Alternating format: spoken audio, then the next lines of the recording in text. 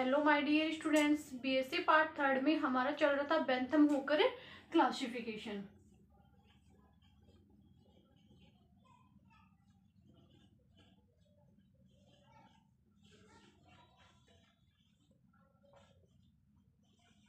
Bentham Hooker classification में हमने देखा था जो बेंथम और हुकर है, इन्होंने क्या किया था, जो स्पर्मेटोफाइट्स डिवीजन है उसको 3 क्लासों में बांटा था। 3 क्लासें कौन कौन सी थी? डाइकोटाइलेडोनी, जिम्नोस्पर्म और मोनोकोटाइलेडोनी।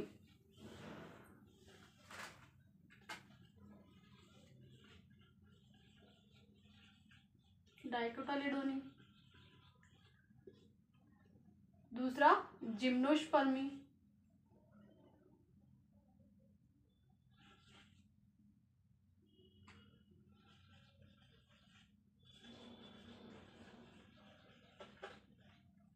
जिम्नोस्पर्मी और मोनोकोटाइलेडोनी। थर्ड है मोनोकोटाइलेडोनी।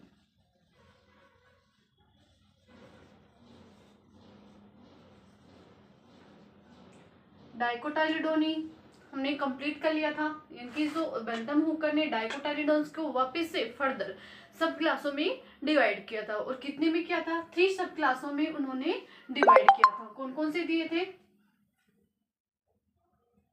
एक तो है हमारा पोलीपेटली, गैमोपेटली और मोनोक्लेमाइडी। उसके बाद में उन्होंने क्या किया था? सीरीज के अंदर बांटा था। तो पहली सीरीज कौन सी थी इसके? जैसे पहला कौन सा था? पोलीपेटली। पोलीपेटली की 3 क्लासें दी गई थी। ये है गेमोपेटली और ये मोनोक्लेमाइडी, इसकी 3 सीरीज दी गई थी।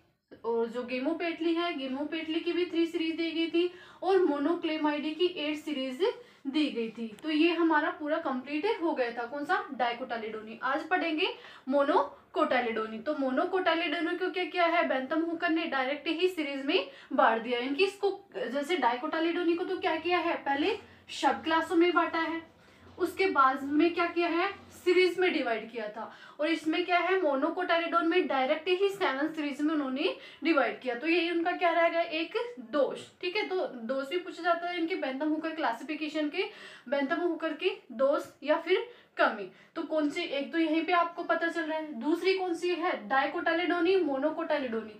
तो ये दोनों ही क्या है? एंजियोस्पर्म है, एंजियोस्पर्म में है। और 2 एंजियोस्पर्म के बीच में एक जिम्नोस्पर्म को रख दिया। तो ये भी क्या है? इनकी दोष है, डीमेरिट्स बोल सकते हो। तो आज हम पढ़ेंगे मोनोकोटाइलिडोनी।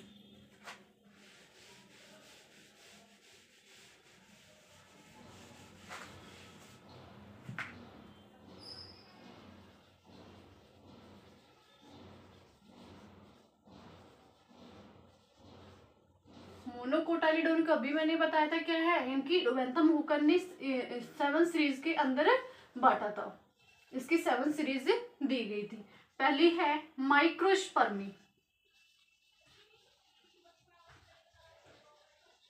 माइक्रोस्पर्मी की कितनी दी गई थी? 3 फैमिलीज दी गई है। इसके अंदर इसकी 3 फैमिलीज दी गई है। दूसरी है इपिगाइनी। इपिगाइनी की 7 फैमिलीज दी गई है। इनकी जो इपिगाइनी जो सीरीज है, इसके अंदर 7 फैमिलीज इंक्लूड होती है। थर्ड है कैरोनेरी।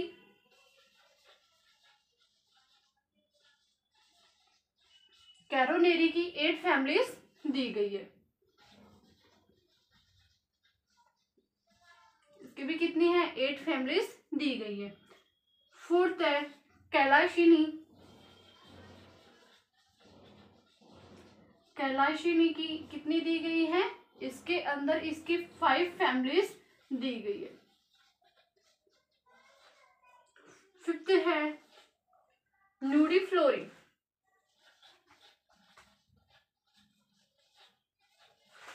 न्यूडीफ्लोरी की भी 5 फैमिलीज दी गई है। 5 फैमिलीज आती है न्यूडीफ्लोरी सीरीज के अंदर। 6th है एपोकार्पी और 7th है ग्लूमेसी। एपोकार्पी, एपोकार्पी की 3 फैमिलीज दी गई है। ये हो गई 6, 7th में ऊपर लिख लू।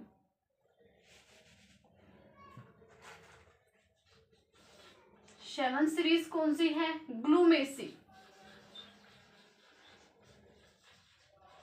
ग्लूमेसी की भी 5 फैमिलीज दी गई है,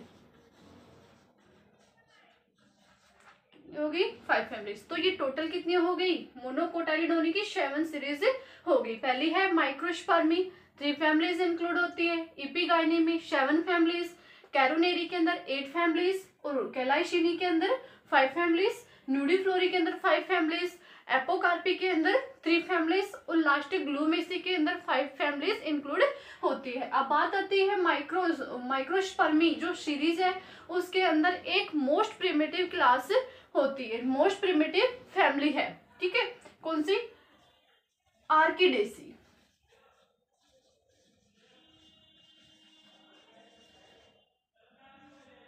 CEAE। आर्किडेसी जो फैमिली है ये मोस्ट प्रिमिटिव फैमिलीज कहलाती है, मोस्ट प्रिमिटिव, इनकी बहुत पुरानी। नेक्स्ट ग्लूमेसी की जो एक फैमिली है वो मोस्ट एडवांस टाइप की फैमिली कहलाती है, और वो कौन सी है? ग्रेमिनी। ग्रेमिनी को क्या बोलते हैं? पोएसी।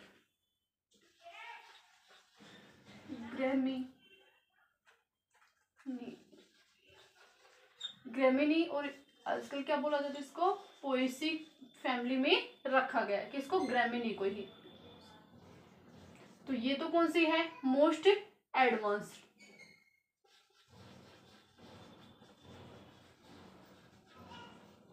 मोस्ट एडवांस टाइप की फैमिली है, और ये मोस्ट प्रिमिटिव टाइप की। तो ये हमारा होगा मोनोकोटाइलिडोनी कंप्लीट हो गया। तो हमारा जो बेंथम हुकर का जो क्लासिफिकेशन है आज कंप्लीट हो गया है। इसके बाद में हम देखेंगे इनकी मेरिट्स और demerits.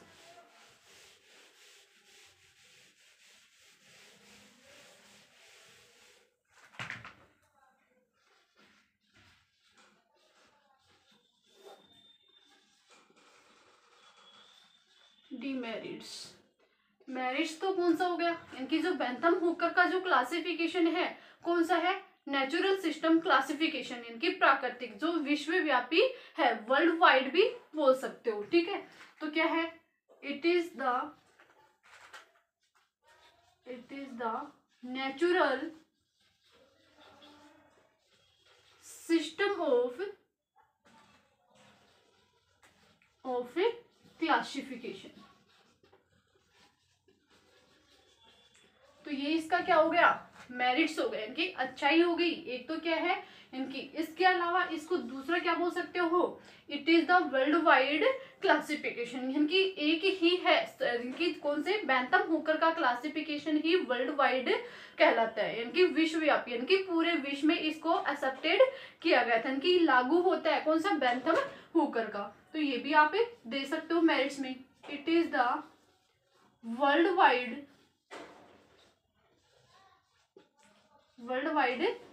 Classification.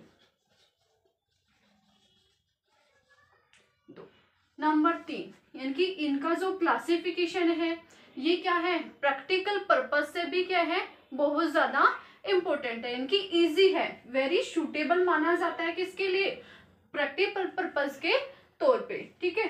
It is very suitable for practical purpose, ठीक है। ये हो गया इसका मेरिट्स। इसके अलावा इसका जो क्लासिफिकेशन है, इनकी जो पोजीशन है, इनकी डाइकोट के बाद में किसको रखा गया है? मोनोकोट को रखा गया है। तो ये भी इनकी एक अच्छाई है। तो 4th पॉइंट पे डाल सकते हो, द पोजीशन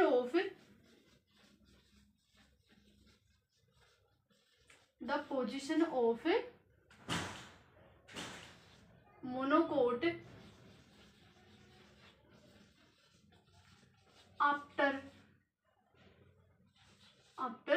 डाइकोट, ठीक है। इनकी मोनोकोट की जो पोजीशन है किसके बाद में है, डाइकोट के बाद में है। तो ये इसका क्या हो गया, मैच हो गया इनकी, सही है। इसके अलावा इनकी जो valuable for identification of seed plant, इनकी सीड प्लांट जो आइडेंटिफिकेशन किया था वो सारे क्या है, वैल्यूएबल माने जाते हैं। इसके अलावा इनका जो क्लासिफिकेशन है, ये फोर्थ था और फिफ्थ में पढ़ेंगे इनकी valuable for identification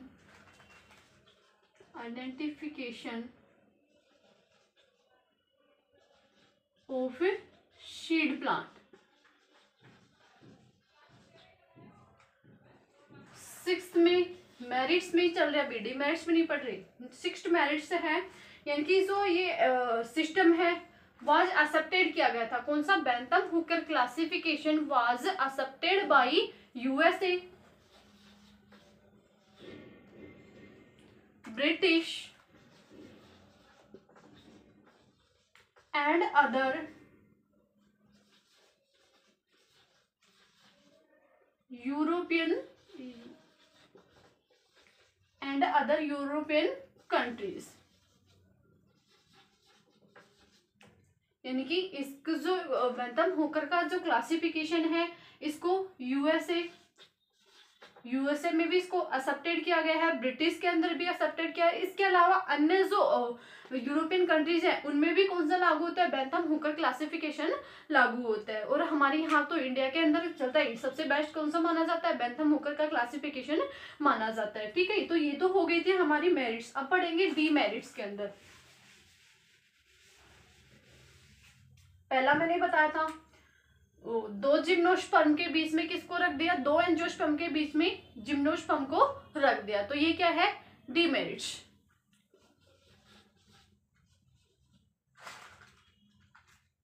to angiosperm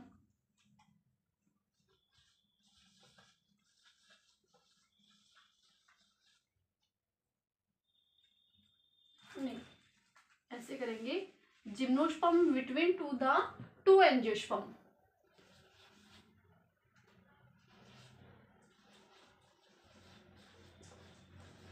gymnosperm between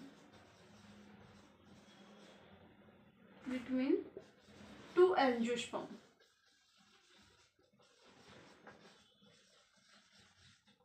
ठीक है, ये कौन सा हो गया, फर्स्ट डीमेरिट्स हो गया। इनकी कमी है, दो एंजियोस्पर्म के बीच में क्या कर दिया, दो एंजियोस्पर्म के बीच में जिम्नोस्पर्म को रख दिया, पहला।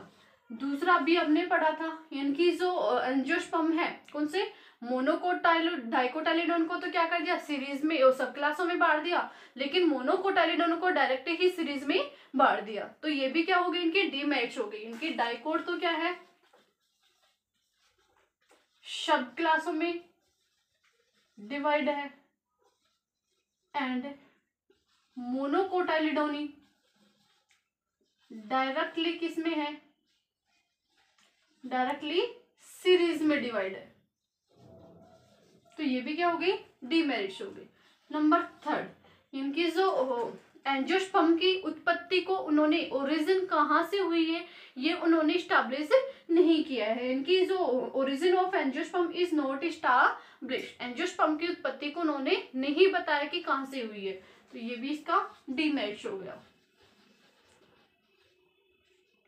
Origin of angiosperm is not established। ठीक है, तो ये भी क्या हो गया, डीमेरिट्स हो गया। इसके अलावा इसके अंदर जो पॉलीपेटल्स है कंसीडर्ड होते हैं मोस्ट प्रिमिटिव है। मोनोकोटाइलिडोनी क्या है, आर्टिफिशियली ग्रुप माना जाता है, ये भी इनका डीमेरिट्स। इन्होंने बताया था कि जो मोनोकोटाइलिडोनी है ये कैसा है, आर्टिफिशियली ग्रुप है। इनकी जो कैरेक्टरिस्टिक, मोनोकोटाइलिडोन